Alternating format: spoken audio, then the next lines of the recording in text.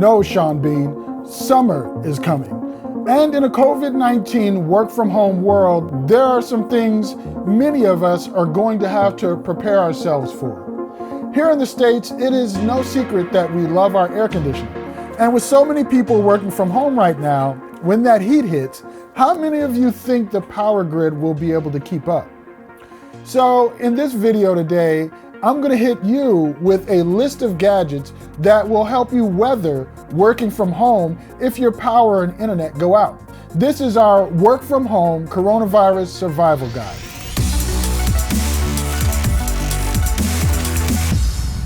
Hey, if this guide is helpful for you, please consider sharing it with a friend so that they can get the information they need to stay online and working.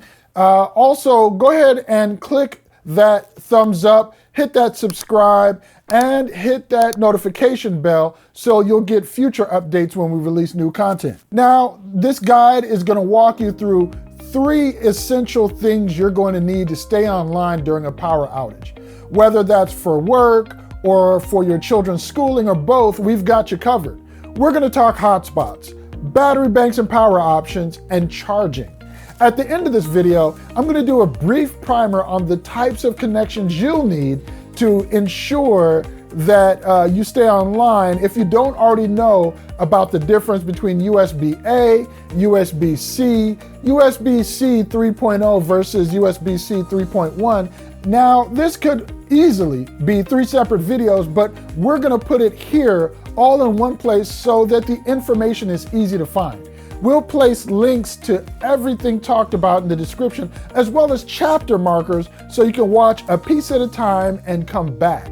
You may consider digesting this over a couple days ahead of the summer heat so that you have time to prepare properly and find and purchase the products listed.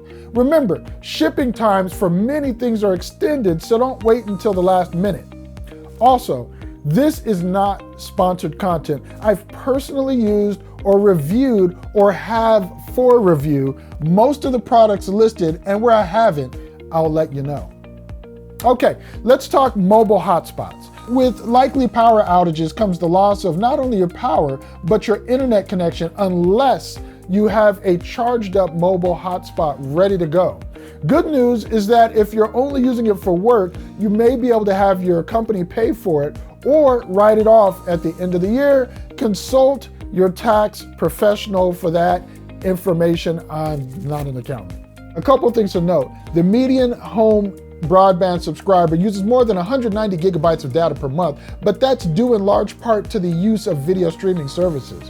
Whatever plan you pick up for the hotspot, be sure it has you covered with enough data.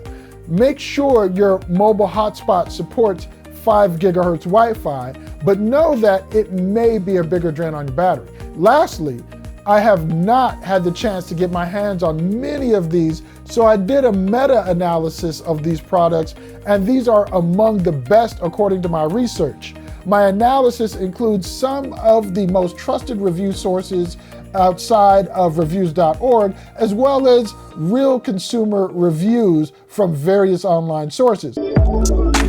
And here they are by carrier. First up, Sprint. Across the board, their MiFi 8000 took the top spot. At $240, you're getting a hotspot which supports up to 15 simultaneous devices connected and should get you somewhere in the neighborhood of 17 hours worth of battery life. On T-Mobile, the Franklin T9 is a bit dated, a little long in the tooth, but fits the bill at $84 out the door and supports 15 connections.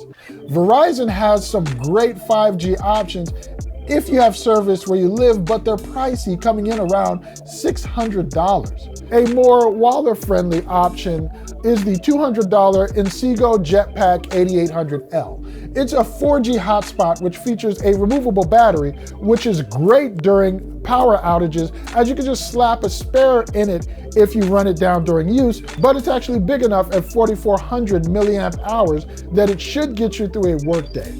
Looking at its reviews, a lot of people were experiencing disconnects when this device first came out, but the vast majority of recent reviews from customers say this is no longer an issue and that the issue has been resolved, and that one of the problems was that there is a silly sleep mode that kicks in after 5 minutes. If you go into the settings menu on the unit, you can change that and it would appear problem solved.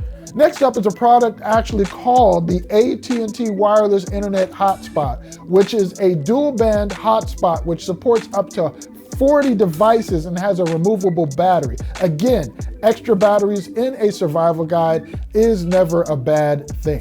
You can pick that one up for $200. If you want to bring your own device, there are options out there for you. And some of these options are great for those of you watching us around the world. Netgear has the GSM carrier-only product, the M1 Nighthawk.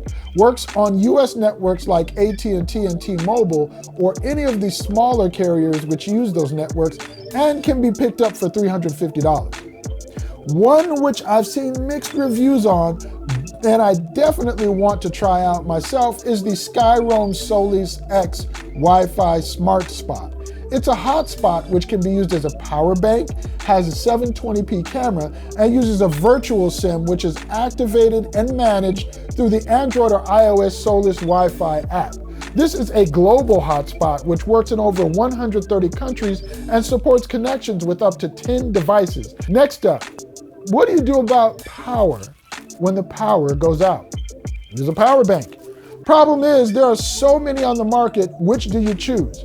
I have a few options for you, so let's get right into it.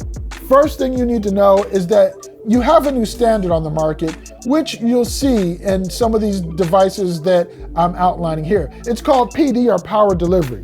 The power delivery specification is for handling higher power input-output and allows a range of devices to charge quickly over a USB connection. In a nutshell, PD allows devices to chat and determine how much power can be pulled from a charger. Unlike some older quick charging standards, PD can go all the way up to 100 watts using the right cable. When you see one of these devices listed below as having a max output of 100 watts and multiple ports, know that you're not getting 100 watts to each device plugged in, but that the charger will then split up and allocate that 100 watt output between those ports. What I'm about to say is technically not 100% correct, but explaining it this way makes it easier to understand. If you have 4 devices capable of charging at 25 watt speeds plugged up to a 4-port 100 watt bank, you're only going to get 25 watts theoretical max output to each port. The same goes for the battery bricks or wall chargers I'm going to show you toward the end of this video. 100 watts is just total output, not output to each port separately. And that's pretty standard across all of these options, 45 watt and 65 watt chargers alike. First up, I have a couple products from Mophie. The Power Station Plus XL and the Power Station AC. The Plus XL is an 8,000 milliamp hour battery bank aimed at iPhone users, which comes with a built-in lightning cable and can charge your device wirelessly as well. The Plus XL supports fast charging at 18 watts via the wire and 5 watts wireless Qi charging. You can power or charge 3 devices simultaneously using the wireless charging built-in charger, the lightning cable that is, and this USB-A slot. The Power Station AC is USB-C PD compatible at 30 watts, so you can charge your devices at that speed or output and recharge the power station at 30 watts as well. It also supports 100 watt, 110 volt output via a standard US 3-prong plug, so it can power or recharge a laptop. Mophie claims up to 16 hours of additional power to a laptop, but that's going to depend on your laptop's battery size. Both devices support Priority Plus pass-through charging, meaning you can plug up the bank to charge it and connect the devices simultaneously, and the power bank will give priority charging to the devices connected first. Of course, in a power outage, we're really only looking at how long you can keep a device running or how many times you can recharge a device. In that case, the Power Station AC is among the largest that Mophie sells, at 22,000 milliamp hours. It can fully recharge a MacBook or power a 90-watt laptop for 1 hour. But your mobile devices, tablets, or a hotspot, it'll power one of those for an entire work shift or two if the power is out in your place.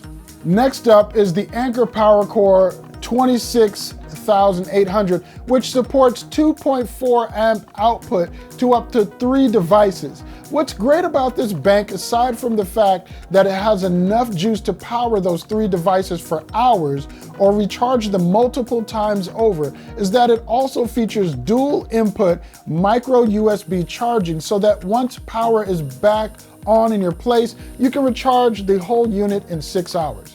This is one I've purchased myself. This is my actual personal unit. It served me well in charging my devices and acting as a power source for the devices I use to record these videos, powering my camera and my sound mixer at the same time for hours of recording. Now, before we move on to the last bank in this roundup, some of the brands I trust most when it comes to battery banks are Mophie, Anker, Rav Power, Belkin, and Aukey. I've purchased and used all of these products, and I can highly recommend them for your own use. And if you really need to power some power-hungry devices during a power outage for a period of time, there are 2 different classes of items that I'd recommend you look into next. The Goal Zero has products which can power a refrigerator for hours if you're willing to spend the coin for that power. Also, if you're using power-hungry laptops and hotspots and even lights, maybe you're working at night, the Goal Zero products are great, but you can also check out the uninterruptible power supply, or UPS. Those can go from anywhere from $80 to $1,000 or more, depending on your needs. What most of these devices do is allow you time to properly power down your devices during a brownout, so you'll have 10 minutes or more of runtime to do so. At the higher end, the APC UPS 2200 VA Smart UPS with Smart Connect is $919, but can provide you with over 5.5 hours of battery backup runtime. Now, back to that Goal Zero unit. Goal Zero is actually one of my favorite companies in this space. You can charge their products via the standard outlet or via solar power, and they come in small, highly portable sizes all the way up to zombie apocalypse generator replacement sizes. This here is the Yeti 200X. It is $300 and has 7 ports total. It can recharge some smartphones up to 20 times, some tablets up to 5 times, some laptops up to 4 times, and can keep a 12-volt portable refrigerator running for around 10 hours. And once your brownout emergency has passed, you can plug this into the wall with the included power supply to fully recharge the unit in about 4 hours. That's amazing. When not in use, you can keep this device plugged in or charge it every 3 to 6 months to keep it fresh. This is one of my favorite ultimate power outage survival tools, and if you need more power, you can pay more and up the ante to their other options, all the way up to and including the Yeti 3000, which can power a smartphone for up to 150 recharges, tablets 100 recharges, laptops up to 50 plus recharges, and a refrigerator for up to 50 hours. You can even throw in a 32-inch LCD TV for 30 hours of runtime with that Yeti 3000.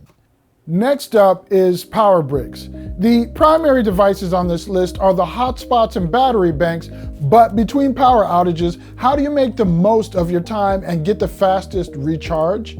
Well, with the right charger, or as most folks would call them, a power brick. Now, building on the PD specification I told you about earlier, these are some of the best power brick options out there and at some great price points. Know that not all power bricks are created equal, and using the one your phone came with probably isn't getting you the fastest charge you could have by a long shot. Some phones like the OnePlus 7 or 8 do come with 30-watt chargers, but many phones come with underpowered 5-watt or 10-watt chargers. Here, I have some 45, 65, and 100-watt wall chargers, which are going to recharge your devices in more than enough time to have you ready for the next brownout, even if that next one comes right behind the previous one by only hours. With the standard chargers, some of the power banks on this list can take 8 hours or more to charge, so you'll want to spend a few dollars and pick up one of these bricks. The great thing is they offer great utility, so that if you're not using them to recharge devices during brownouts, you can use them as your main chargers for your smartphones, laptops, and tablets, because companies like Apple offer phones and other devices which are fast charge capable, but don't give you the maximum charging bricks in the box most of the time. But that's another video. Aki's Omnia 65-watt 2-port provides PD at 65 watts by itself, or 45 watts out of the PD port and 12 out of the USB-A when two devices are connected. I also purchased a while back their Focus Duo 2-port 63-watt charger. This is my go-to, and it charges out of one port at 45 watts and 18 watts out of the other when two devices are connected. Anker's PowerPort Atom PD 100 watt will charge your 2018 MacBook Air, MacBook Pro 13-inch, 15-inch, and Dell's XPS 13 while charging a Samsung Galaxy, Google Pixel, iPhone 11 Pro Max, and tablet at the same time, and fast charge them. This power brick, what I really like about this one is it's kind of like a hub that you'd put on your desk, and because it comes with this long power cord, you can do just that. Place it on a desk, have your devices plugged up to them, no need to buy 6-foot cables, have this running into your wall, have this close at hand. Really is a great tool. I really actually like this one a lot. Then after that, there's a really cool one here. This is Cirrus from Eggtronic. This is a 65-watt single-port PD charger. This one has fold-out prongs and will sit flush on the wall. So that's one of the things I really liked about this unit, is the fact that it really doesn't take up a lot of space. It's one of the smallest 65-watt single-port PD chargers on the market. And again, it sits flush. Great unit. The RAV Power, this is a 45-watt charger, and similar to the Cirrus, it'll sit fairly flush to a wall. It's about the size of a credit card, though not the thickness of a credit card, but it will sit flush. And again, it also has folding prongs. This is 45 watts. This is a great option for you as well. So there are tons of other ones on the market, but again, these are from some of my favorites: Anker, RAV Power, Aki, and this new one that I picked up and looked at, the Eggtronic unit. Here are your port types explained. There are USB-A ports. These are USB-C ports. What you want for the fastest charging and data transfer is actually the Generation 2 cables. You're going to need USB-C connectors on both ends of your cables to get the full power throughput on those cables. So if you have USB-A on one end and USB-C on the other, you're not going to get that full 100-watt theoretical max. But if you pick up a cable that has USB-C on both ends, or USB-C and Lightning on one end and the other, that is when you put yourself in the position to be able to get the full 100 watts charging speed, again, theoretical, through your cable. I say theoretical because not all cables are created equal. Some cables are going to have USB-C on both ends, and they're only going to reach maximum speeds maybe of 65 watts. So how do you know which cables do actually reach maximum speeds or have the potential to reach those maximum 100-watt speeds? I've left a couple links for you in the description below of cables that have been tested and will get you what you're paying for. So this guide may be a one-stop shopping list for those who don't want to explore everything out there, or a starting point for those who are more adventurous and want to take the time to look at in detail thoroughly every option that's available for you on the market. My feelings won't be hurt if you do that. There's certainly a lot more things than what I provided, but these are a few of my favorite things. Yes, I went there. If you have any questions at all about anything I've covered here and how to use it, or something you think I or others should know about and would like more info, leave those in the comments below and I'll get to them. As always, we don't take it lightly that you spent your time with us watching. We appreciate you. Go ahead and leave comments about other products maybe you like, your favorite chargers, rechargers, hotspots, battery banks. Leave that in the comments below so other folks can check those out. I'm Tshaka Armstrong for reviews.org. I appreciate you. Thank you for watching.